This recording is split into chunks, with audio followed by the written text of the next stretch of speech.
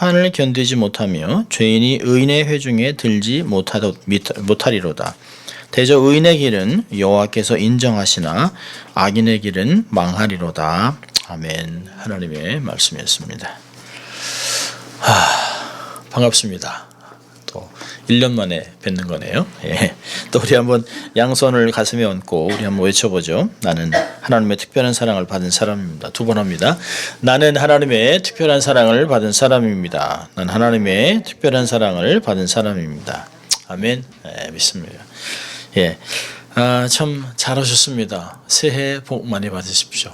예, 참 힘든 중에도 또 이렇게 소망으로 이야기할 수 있는 건 참 좋은 것 같아요.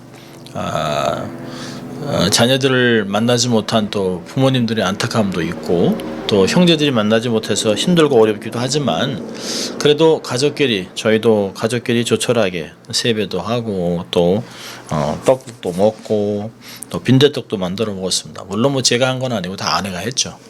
아내가 해서 설날에는 아내들이나 며느리들이 피곤해지는 시즌입니다.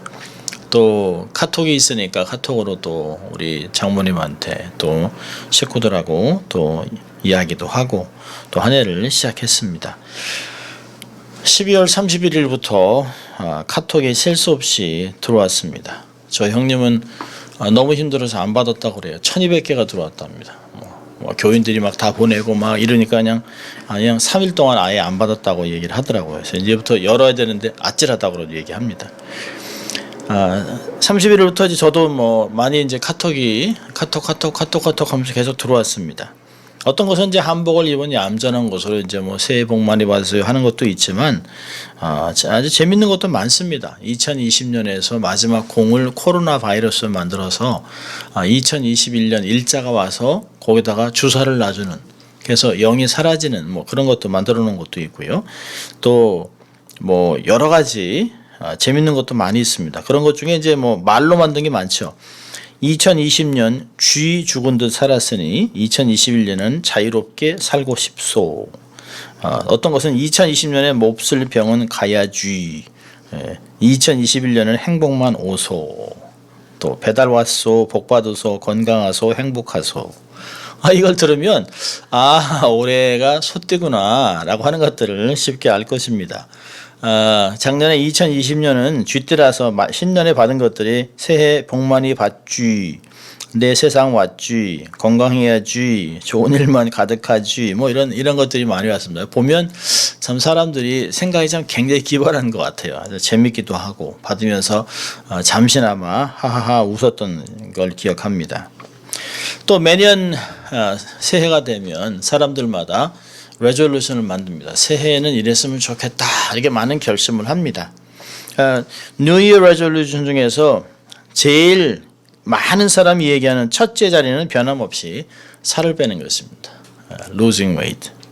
운동하고 또 그 다음에 뭐 여행 등 다양한 것이 있는데요. 올해는 하나가 더 늘었습니다. 코로나를 극복하기 위해서 백신 맞기.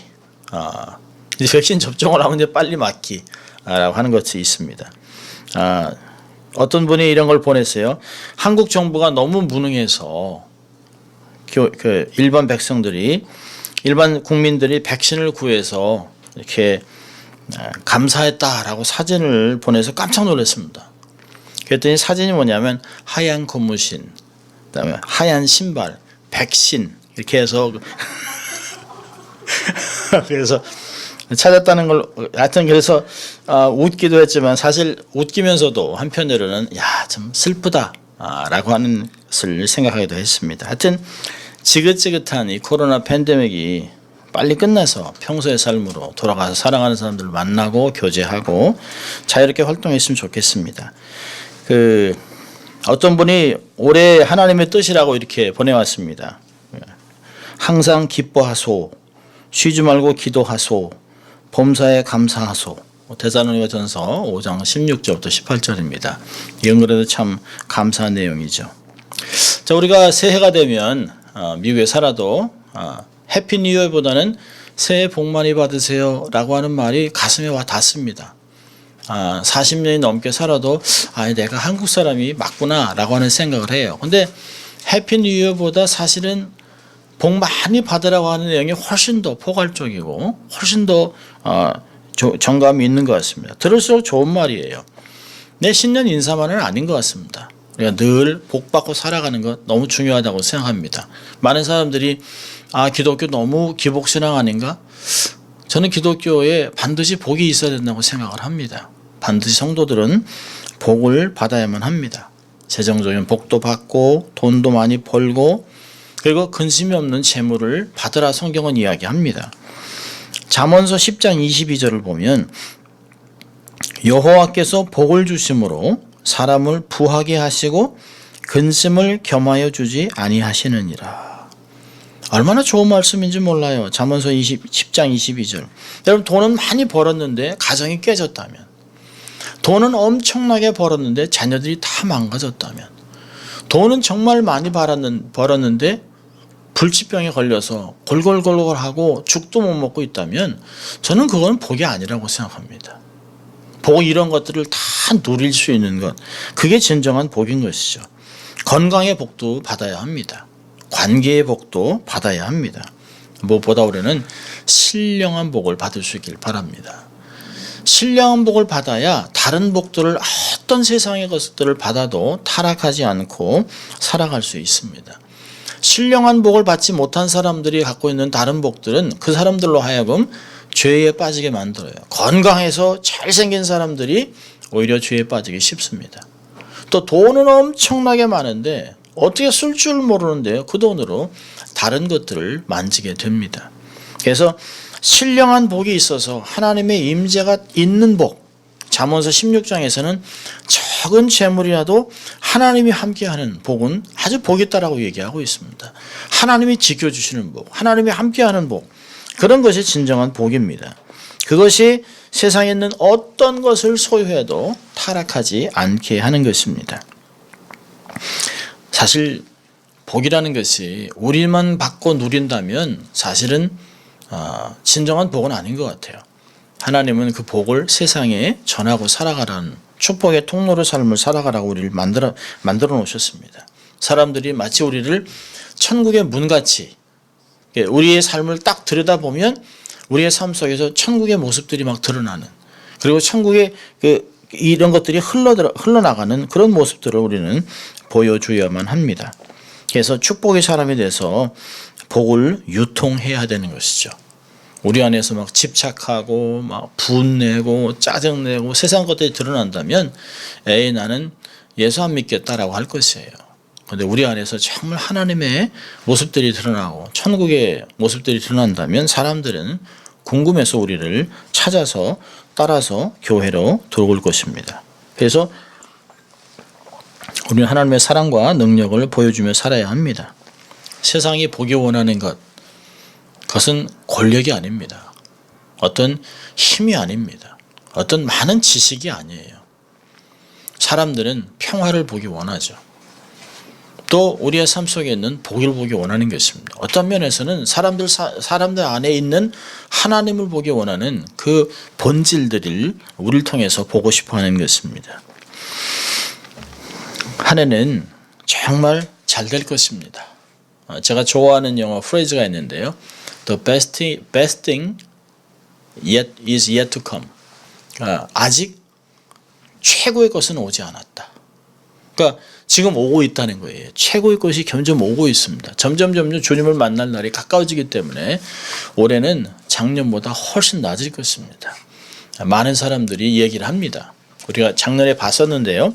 우리 전도서 7장을 볼까요? 전도서 7장. 전도 7장 10절을 작년에 여러분께 드렸는데요. 전도서 7장. 구약 954페이지인데요. 전도서 7장 10절. 자, 같이 읽습니다. 옛날이 오늘보다 나은 것이 어찌 미냐 하지 말라. 이렇게 묻는 것이 지혜가 아니니라. 예. 지혜 있는 사람은 왕년을 얘기하지 않습니다. 지혜 있는 사람은 미래가 좋다고 얘기합니다. 미래에 답이 있기 때문에 지금 현재를 살아가는 것입니다. 우리는 과거에 어떤 것 때문에 묶여서 현재를 결과로 살아가는 것이 아니에요. 우리의 답은 하나님의 영광을 드러낼 것이기 때문에 그것 때문에 현재의 삶을 고난과 함께 인내하며 지나가는 것입니다. 그래서 정말 올해는 정말 견딜 수 있을까? 이건 믿음이 아닙니다. 올해는 작년보다 훨씬 좋을 거야. 어떠한 변종 바이러스가 생기든 어쨌든 올해는 작년보다 훨씬 나을 것입니다. 믿을 수 있기를 바랍니다. 그게 성경적인 지혜입니다.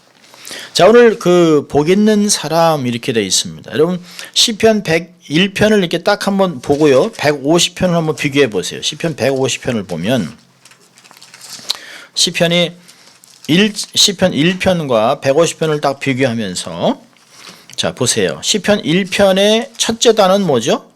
복입니다. 복 있는 사람. 자, 150편의 맨 마지막 단어는 뭐죠? 할렐루야. 할렐루야입니다. 이게 기독교인의 삶 전체를 이야기하는 것이에요. 기독교인의 삶은 복으로 시작하는 것입니다. 그렇지만 복으로 시작해서 마지막에 할렐루야로 영광으로 끝나지만 그 안에 있는 삶은 굴곡이 많습니다. 내가 예수를 믿고 복 있는 인생을 시작했지만 좌절할 때도 있고 낭망할 때도 있고 사랑하는 사람을 잃을 때가 있고 삶에서 정말 산 소망을 다 잃어버릴 때도 있습니다. 마치 내가 저주받은 인생같이 내가 구원받은 사람 맞을까? 라고 하는 바닥까지 치는 인생이 될 수도 있어요. 그러나 결국에 우리의 삶은 할렐루야로 마치게 될 것이라고 하는 것입니다. 그래서 저는 새해 첫 설교를 시편 1편으로 하는 것을 좋아합니다. 한동안 이렇게 못했습니다만은 그래서 올해는 우리 인생의 시작인 그리스도 안에서 복 있는 사람, 이 복 있는 인생은 어떤 인생일까? 결국은 할렐루야를 향해 쭉 가지만 업앤다운 하지만 결국에는 하나님의 영광에 이르게 될 것인데 어떻게 그런 인생이 될 것인가 라고 하는 것입니다. 그래서 사람을 보면서 낙심하면 안 돼요.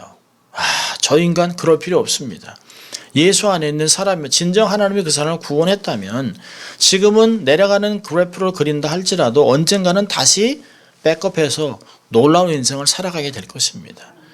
자녀를 보면서도 정말 가슴 아플 때가 있지만 결국은 변해서 영광스러운 인생이 될 것을 믿기 때문에 지금도 또 사랑하고 또 기다려주고 또 우리가 모든 것들을 해주는 것입니다. 자, 여기 보면 복 있는 사람, 복 있는 사람의 어떤 모습일까? 3절에 나와 있습니다. 3절에는 복 있는 인생을 네 가지로 얘기하는데요. 보면 우리 3절 같이 읽습니다. 시편 1편 3절. 저는 시냇가에 심은 나무가 시절을 쫓아 과실을 맺으며 그 잎사귀가 마르지 아니함 같으니 그 행사가 다 형통하리로다. 네, 여기 네 가지가 있습니다. 첫째로는 안정감이에요. 시냇가에 심은 나무. 여기 시냇가에 심기운 나무 영어로 보니까 streams of water라고 되어 있습니다. 근데 이게 히브리어로는 그런 뜻이 아닙니다. 이게 팔기의 마임이라고 하는 그 히브리어 단어인데요. 이 단어가 뭐냐면 물이 똑똑똑 떨어진다는 것이에요. 근데 이게 우리 농업을 전공하신 우리 안장로님은 아실 텐데요. dripping irrigation이라는 게 있습니다. 이스라엘은 사막이잖아요. 사막인데 사막에서 꽃을 피우고 농업에서 성공해서 기가 막힌 열매들을 만들어냅니다. 여러분 방울토마토 알죠? 방울토마토? 방울토마토가 이스라엘에서 개발한 것이에요. 근데 이 사람들이 적은 물을 갖고 어떻게 농업을 할 수 있을까? 물을 끌어와도 안 돼요. 물을 놓으면 바로 그냥 좀 있으면 금방 다 말라버립니다. 근데 그 단어를 어디서 찾았냐면 여기서 시냇가에 심은 나무라고 하는 팔개의 마임이라는 단어를 찾았습니다. 자, 이게 팔개의 마임이 어디서 어떻게 이게 기록되어 있냐면 이스라엘에 가면 히스기야 터널을 통해서 물을 밖에서 수로를 만들어서 갖고 왔습니다. 밖에서 계속해서 물이 졸졸졸졸 예루살렘 성으로 들어올 수 있도록 물을 끌어왔어요. 근데 물을 끌어오는 관을 만들어 놨습니다. 큰 통도 만들고 해서 관을 만들어 놨는데 터널을 통해서 오면서 이게 바위가 이렇게 금이 가면서 밑에 물이 똑똑 똑똑똑 떨어졌어요. 그곳에서 물이 흐른 곳에 있는 이 풀들이 자라고 나무들이 자랐습니다. 그리고 사람들이 시편을 묵상하다 랍비들은 이렇게 생각을 해요. 하나님 말씀 안에는 우리가 살아가야 될 모든 지혜가 다 담겨 있다고 생각합니다. 팔레스타인 사람과 이스라엘 사람들의 다른 점은 뭐냐면 팔레스타인 사람들은 현상을 보고 이 팔레스타인 땅은 저주받은 땅이라고 얘기를 합니다. 근데 이스라엘 사람들은 똑같은 현상을 보고 하나님이 이 땅을 축복받은 땅, 젖과 꿀이 흐르는 땅이라고 했기 때문에 우리가 그렇게 만들어가면 된다라고 얘기를 하는 것이에요. 보는 것이 달라요. 그래서 그들이 하다가 이 랍비가 농법에 이것을 활용하면 되지 않을까라고 하는 것을 농업하는 사람이 얘기를 했습니다. 그리고 그 아들이 시도를 했는데요. 성공을 했습니다. 말씀을 통해서 그래서 어떻게 그 적은 물을 가지고 물을 똑똑똑 떨어뜨리면 너무 많기 때문에 몇 초 간격으로 똑 한참 지나 그게 마를 정도가 되면 똑 해서 물을 떨어뜨리는 그래서 파이프에 기계를 통해서 구멍을 조금씩 뚫어놨습니다.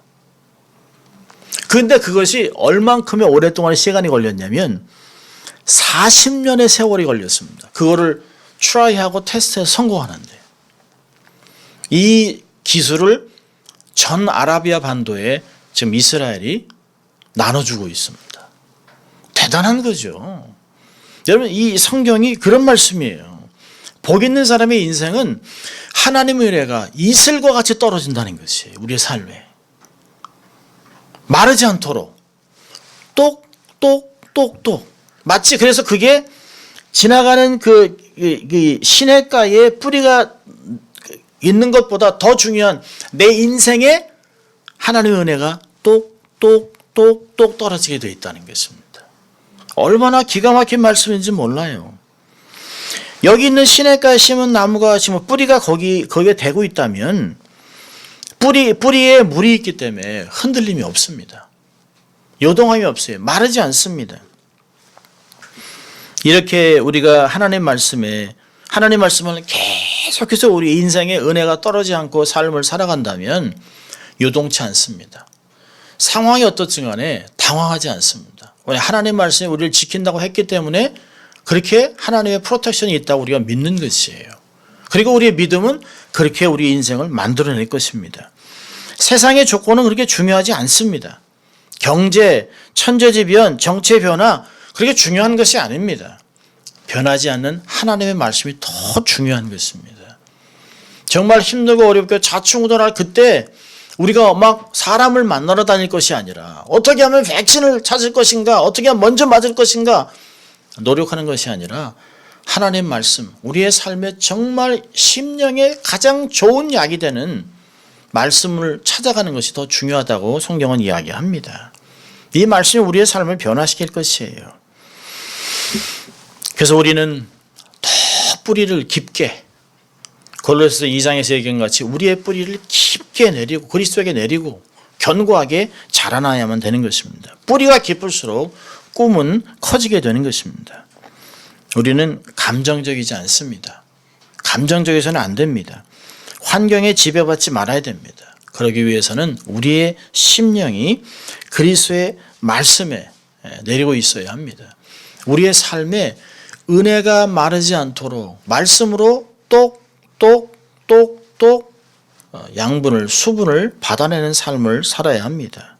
환경을 초월하는 안정감, 내면에서 넘쳐 밖으로 흘러가는 그런 내적인 즐거움이 있는 것을 이야기하고 있습니다. 이것이 복 있는 사람의 첫째입니다. 안정감입니다.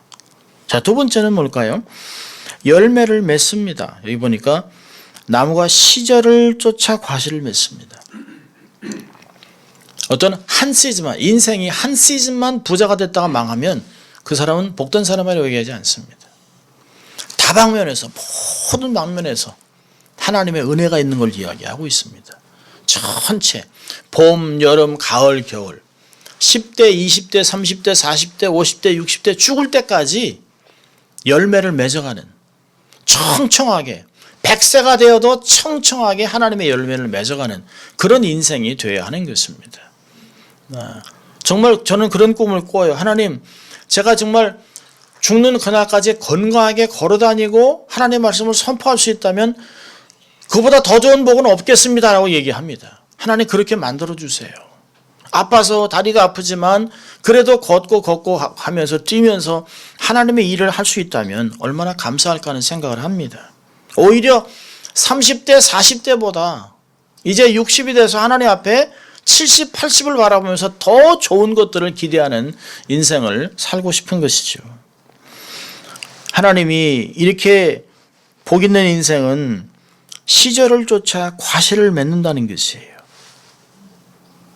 계속해서 봄, 여름, 가을, 겨울 1월부터 12월까지 왜? 신명기 10장 12절에 얘기했습니다. 하나님이 그 연초부터 연말까지 계속해서 하나님이 그 인생을 돌보아 주기 때문에 하나님의 눈이 머무르는 인생이기 때문에 시절을 쫓아 과실을 맺을 수 있는 것이에요. 하나님이 요구하시는 인생은 열매를 맺는 삶입니다. 여러분 무화과 나무가 저주를 받은 것을 우리가 누가복음에서 봤잖아요. 주님은 열매 없는 인생을 기뻐하지 않습니다. 기다려주지만 그 시간이 지나면 찍어내겠다고 얘기하셨습니다. 요한복음 15장에서는 8절에 너희가 과실을 많이 맺으면 내 아버지께서 영광을 받으실 것이요 너희가 내 제자가 되리라. 열매를 맺는 것이에요. 자, 그렇다면 성도들은 어떤 열매를 맺어야 할까요? 갈라디아 5장 22절 23절은 성령의 열매를 맺으라고 얘기합니다. 성령의 열매를 맺으라. 에베소 5장 8절은 빛의 열매를 맺으라고 합니다. 빛의 열매는 착함과 의로움과 진실함이라 얘기하고 있습니다. 또 빌립보서 1장 11절에는 의의 열매를 맺으라. 이렇게 갈라디아서나 에베소나 빌립보서 전체를 보면 성품의 열매를 맺으라고 하는 것입니다. 하나님의 은혜와 능력을 담을 수 있는 내면, 하나님의 큰 능력과 비전을 담을 수 있는 그릇, 속사람, 성품을 성품의 열매를 맺으라고 얘기하고 있습니다. 풍성함. 사람들을 보면 참 덩치는 큰데 속이 아주 좁은 사람이 있잖아요. 어른들은 그걸 밴댕이 소갈치라고 얘기했습니다. 저렇게 속이 좁아서. 그런데 어떤 사람은 작고 왜소하지만 씀씀이를 보면 그냥 얼마나 그냥 큰지 몰라요. 그렇게 좀 넉넉한 인생이 되라고 얘기합니다. 고린도전서에서는 사도 바울입니다. 내가 너희들을 위하여 마음을 넓힌 것 같이 너희들도 나를 이해하면서 마음을 넓혀달라라고 이야기하고 있습니다. 좁은 인생에 대해서는 안 돼요. 정말 많은 다른 사람까지 담을 수 있는 많은 열매를 담을 수 있는 성품의 그 크기를 키워가는 삶이 됐으면 좋겠습니다. 풍성한 열매를 맺는 한 해가 되기를 바랍니다. 세 번째는 신선함입니다. 프레시한 것이에요. 잎사귀가 마르지 아니함 같다. 잎사귀가 마르지 않습니다. 여러분 잎사귀가 마르지 않은 것 이스라엘 사람들한테는 대단한 것입니다. 여기같이 물이 있고 동부같이 물이 많고 이런 데는 잎사귀가 막 푸릅니다. 비도 막 얼마나 많이 와요. 근데 이스라엘은 비가 정말 안 옵니다. 제가 요르단에 갔을 때도 그 1월 달인데도 더워요. 5월 달, 6월 달, 여름 8월 되면 높이 갈 때는 막 56도까지 올라간답니다. 그러면 너무 그냥 금방 말라버립니다. 물 한 번 안 주면 그 다음 날이면 바짝 말라버려요. 그런데 여기 얘기합니다. 복 있는 인생은 잎사귀가 마르지 않는다는 것이에요. 환경을 초월한 상록수 같은 삶을 산다는 겁니다. 변함이 없어요. 환경이 우리의 삶을 이렇게 목을 조여올 때도 흔들리지 않습니다. 쭉 늘어져 있지 않습니다. 너무 힘들어서 난 아무것도 못해 좌절하고 낙심하고 그런 인생이 아니라는 것이에요. 오히려 다른 사람들이 우리의 삶을 보고 어떻게 저렇게 힘든데도 꿋꿋하게 서 있을까? 예수님 때문에 꿋꿋하게 있는 곳에서 예수의 향기를 내는 삶이 되는 것입니다. 여기 보니까 정말 잎사귀가 마르지 않으면 잎사귀 정도가 아니죠. 정말 상쾌함을 만날 때마다 기분 좋고 즐겁고 행복한 모습들을 보여주는 것이죠. 우리는 정말 신선한 삶을 살아야 합니다. 여러분, 베드로가 재밌는 말을 했습니다. 사도행전 2장을 보면 회개하고 예수를 믿으라. 그리하면 주로부터 오는 상쾌함을 경험할 것이라고 얘기합니다. Refresh is coming from the Lord. 여러분의 삶을 찌든 인생, 힘든 곳을 팍 켜줄 수 있는 정말 기쁨의 삶을 맞게 할 것이라고 사도 베드로는 그 이야기를 했습니다. 정말 즐겁고 행복한 공동체, 우리를 보면서 야, 저 사람들 뭔가 달라, 이런 것들을 들을 수 있는 삶이 됐으면 좋겠습니다. 정말 다른 사람, 나도 즐겁지만 다른 사람도 프레시하게 하는, 나를 만나는 사람들마다 뭔가 이렇게 느긋하고 넉넉하고 푸근한 것을 느꼈으면 참 좋겠습니다. 자, 네 번째로는 형통한 삶입니다. 행사가 다 형통하다. 모든 삶에서 하나님의 뜻을 이루어가는 것입니다. 형통은 만사형통이 아니에요. 여기서 얘기하는 형통은, 이 형통이란 동일한 말을 창세기 39장에 썼잖아요. 요셉이 하나님과 함께함으로 형통하였다.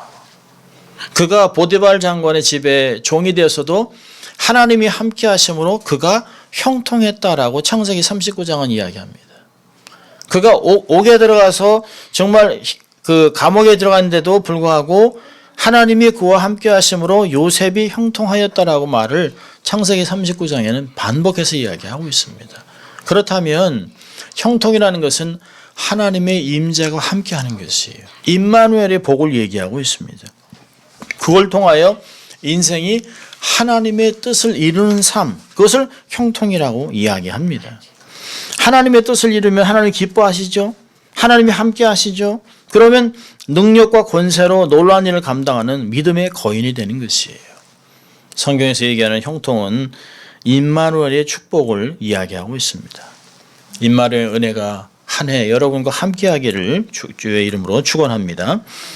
여러분이 복 있는 사람의 엘레멘트를 네 가지를 3절에 얘기했는데 5절과 6절은 결과적으로 이렇게 얘기합니다. 복 있는 인생은 5절에 보니까 의인의 회중에 들어간다. 이것은 신명기에서 얘기하는 장자의 축복입니다. 장자의 총회를 얘기합니다. 구원받은 인생을 이야기합니다. 또 두 번째로는 6절에 하나님이 인정하는 삶입니다. 하나님이 인정하는 삶. 자, 그렇다면 이런 인생을 살려면 복 있는 삶을 유지하는 비결을 부정적인 면과 긍정적인 면을 1절과 2절을 보려고 합니다.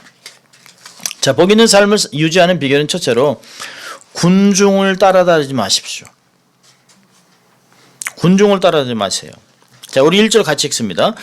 복 있는 사람은 악인의 꾀를 쫓지 아니하며 죄인의 길에 서지 아니하며 오만한 자의 자리에 앉지 아니하고. 예, 쫓고 서고 앉고 보니까 악인의 꾀, 죄인의 길, 오만한 자 이렇게 나와 있습니다. 첫째는 악인의 꾀입니다. 군중을 따라다니지 않기 위해서 첫째는 악인의 꾀를 멀리하는 것입니다.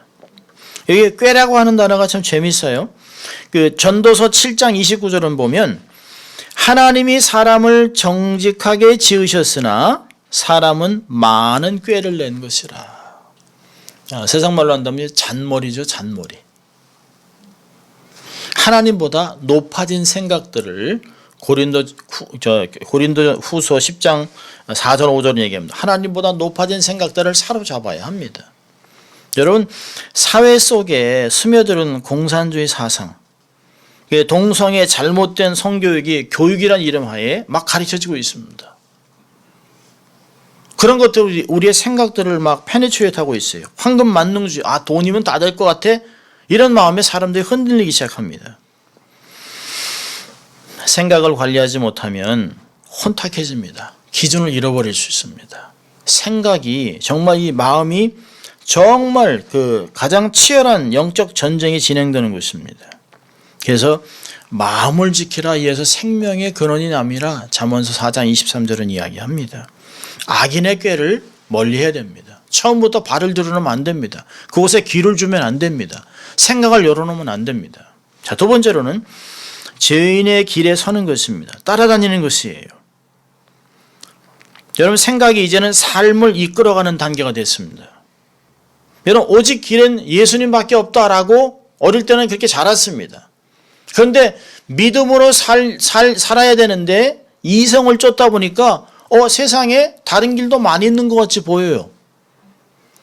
비교 종교학 같은 클래스 철학을 듣다 보니까 대학에서 다른 데도 구원이 있어 보입니다. 종교 통합, 이 종교 혼합주의 이런 것들에 받아들이기 시작하면서 막 교회를 떠납니다. 그리고 세상에서 적당히 살아가려고 합니다. 양다리를 걸칩니다. 그리고 점점 흔들림이 심해집니다. 예수 믿는 것보다 더 세상으로 가는 그런 모습들을 젊은을 통해서 많이 보는 것이에요. 힘과 권력으로 자신의 이상을 실현하려고 합니다. 블랙 라이브스 매터, 안티파, KKK, 에이콘, 무장봉기, 권력투쟁, 종교를 앞세운 압박 얼마나 많은지 모릅니다. 종교 전쟁, 돈을 벌기 위해서 수단과 방법을 가리지 않습니다. 불법, 노동착취, 속임수 이런 것들이 다 이게 왜 죄인의 길입니다. 너의 행복을 위해서는 네가 하고 싶은 것을 해. 다른 사람 상관하지 마. 라고 이야기합니다. 다수의 힘으로 진리를 꺾습니다. 여기에 발을 들여놓으면 안 됩니다. 생각에서 무너지면 행동이 무너집니다. 자, 세 번째는요. 오만한 자리에 앉는 것입니다. 이거는 말씀 없이 사는 사고방식이에요. 자신의 경험, 자기 주장합니다. 세상에서 무서운 사람은 자수성가한 사람입니다. 하나님 도움도 없이 내 힘으로 내가 했어. 내가 기준이야. 미련하니까 또 그렇게 게으르니까 가난하지 라고 이야기를 합니다. 예수 믿는 사람인데도 불구하고 전능자를 인정하지 않습니다. 그리고 이런 무신론자들은 종교를 마치 아편이라고 생각합니다. 약한 자들의 도피로 생각합니다. 하나님 부인합니다. 여러분 성경은 경고합니다. 어리석은 자들은 하나님이 없다고 하나 그러다가 이 사람이 선을 넘으면 잠언서 16장 18절에 이렇게 경고합니다. 교만은 패망의 선봉이요 거만한 마음은 넘어짐의 앞잡이니라. 베드로전서 5장 5절에서는 하나님이 교만한 자를 대적하신다라고 얘기하고 있습니다. 그럼 죽는 것이에요. 망하는 것이에요. 이 복 있는 사람은 하지 말아야 되는 것을 세 가지를 얘기합니다. 그러면서 다수를 따라다니지 마라. 군중심리에 요동치 마라 라고 하는 것이에요. 여러분 다수가 항상 옳은 것이 아닙니다. 하나님의 말씀을 소유하는 것이 옳은 길입니다. 그것이 가장 중요한 길이에요. 하나님을 의식하고 살아야 됩니다. 여러분 세상에서 이런 사람들이 힘 있는 것 같아요. 악인, 죄인, 오만한 자 이런 사람들이 권력, 힘, 건강 모든 걸 다 갖고 있는 것 같아요. 사람들 그래요. 시편 73편을 보면 내가 믿음 생활한 게 너무 후회롭다. 죄인들을 보니까 너무너무 잘 돼요. 건강하다가 죽을 때도 아프지도 않아요. 그들이 소원하는 것보다 더 많은 돈을 벌어요. 그런데 13절 이상으로 넘어가면 갑자기 결국 망하는 걸 봅니다. 오늘 시편 5절을 보세요. 1장 5절을 보면 악인이 심판을 견디지 못해요. 인생의 폭풍이 오면 좌충우돌 합니다. 왜요? 중심에 믿음이 없습니다. 겉모습만 있어요. 불면 알곡이 아니기 때문에 격이 때문에 휙 날아갑니다. 모양만 갖고 있는 것이에요. 이들은 의인의 회중에 끼지 못합니다. 지금은 그들이 더 잘 나가는 것 같지만 하나님의 장자총회에 들어가지 못합니다. 구원 못 받습니다. 6절을 보면 하나님이 인정 안 합니다. 악인의 길은 망합니다. 하나님의 기억도 하지 않습니다. 하나님께 인정받지 못하면 끝나는 것이에요. 하나님이 인정하지 않습니다. 인생의 결국은 그렇게 된다는 것입니다. 자, 긍정적인 면으로는요. 2절을 보면 우리 2절 같이 읽습니다. 오직 여호와의 율법을 즐거워하여 그 율법을 주야로 묵상하는 자로다. 예, 말씀 사랑과 묵상입니다. 말씀을 먼저 사랑해야 합니다. 1년 중에 말씀을 언제 제일 많이 읽을까요? 1월.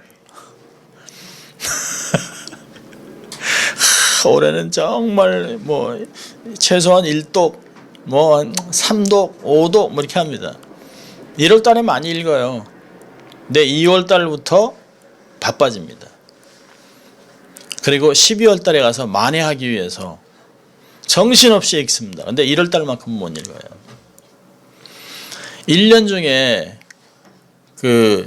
운동하는 피트니스 짐이 멤버십을 1월 달에 1년 중에 85%의 멤버십을 얻는답니다. 1월 달에. 그리고 그 85%의 90%는 3주만 온답니다. 그러니까 1월 달에 모든 걸 다 해서 멤버십을 얻어야 돼요. 여러분, 말씀을 사랑한다면, 사랑은 명사가 아니에요. 동사입니다.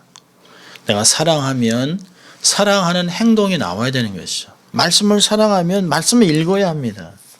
요한복음 14장 21절에 내 계명을 가지고 지키는 자라야 나를 사랑하는 자라고 얘기했습니다. 말씀은 하나님 우리를 향한 사랑의 표현이죠. 우리의 어떤 존재인지 우리를 향한 비전, 로드맵까지 다 있습니다. 시편 119편 105절은 주의 말씀은 내 발의 등이요 내 길에 빛이 나이다. 나이가 먹어갈수록 인생이 참, 세상이 참 어둡다는 걸 생각합니다. 해는 떴는데 빛이 없는 것 같아요. 온통 거짓말이에요. 온통 거짓투성입니다. 온통 어둠이에요. 실족하기 쉽습니다. 젊은이들 보면 그거 망하는 길인데 갑니다. 안 좋은데 글로 가요. 사랑이라는 이름하에 그냥 막 갑니다. 그 병들고 죽습니다. 눈에 보이는데요. 하나님의 말씀이 우리의 삶을 실족치 않게 한다는 것이에요. 자, 시편 19편을 보면 7절과 8절 이렇게 얘기합니다. 여호와의 율법은 완전하여 영혼을 소송케 하고 여호와의 증거는 확실하여 우둔한 자로 지혜롭게 하며 여호와의 교훈은 정직하여 마음을 기쁘게 하고 여호와의 계명은 순결하여 눈을 밝게 하도다. 놀라운 유익이죠. 우리의 삶을 리바이브 시키죠. 지혜롭게 하죠. 마음을 기쁘게 하죠. 눈을 밝게 해서 실족하지 않게 하죠. 엄청난 유익이 있습니다. 값으로는 환산이 안 되는 축복이 시편 19편의 말씀 안에 있습니다. 계속 말씀을 되새기고 깊이 사랑하고 마음판에 새기고 살아가는 건 너무 중요한 것이죠. 말씀이 내 삶에 있으면 성령의 충만함이 유지되는 것입니다. 하나님 말씀 묵상하다 보면 하나님 나라의 원칙이 생각나고 깨달아지면 삶에서 실천하면 되는 것이에요. 그러다 보면 삶에 받는 복은 말도 못하게 많습니다. 말씀을 묵상하고 실천에 받는 복을 몇 가지만 보면 첫째로는 인생이 풀립니다. 꼬였던 문제가 풀려요. 시편 여호수아 1장 8절을 보면 이 율법책을 내 입에서 떠나지 말게 하며 주야로 것을 묵상하여 그 가운데 기록된 대로 다 지켜 행하라. 그리하면 내 길이 평탄하게 될 것이라 내가 형통하리라. 길이 꼬였던 것이 풀리는 것이에요. 길이 열리는 것이에요. 시온의 대로가 열리는 것이죠. 요한복음 14장 21절에서는 하나님의 사랑을 받죠. 내 계명을 가지고 나를 지키는 자라 나를 사랑하는 자니 나를 사랑하는 자는 내 아버지께 사랑을 받을 것이요 나도 그를 사랑하여 그에게 나를 나타내리라. 온갖 신령한 것들을 얻습니다. 잠언서 16장 20절 보니까 말씀에 주의하는 자는 좋은 것을 얻나니 그라고 얘기했습니다. 그리고 그 다음 편이 뭐냐면 여호와를 의지하는 자가 복이 있느니라. 여호와를 의지한다는 게 뭐예요? 말씀을 주의하는 것이에요.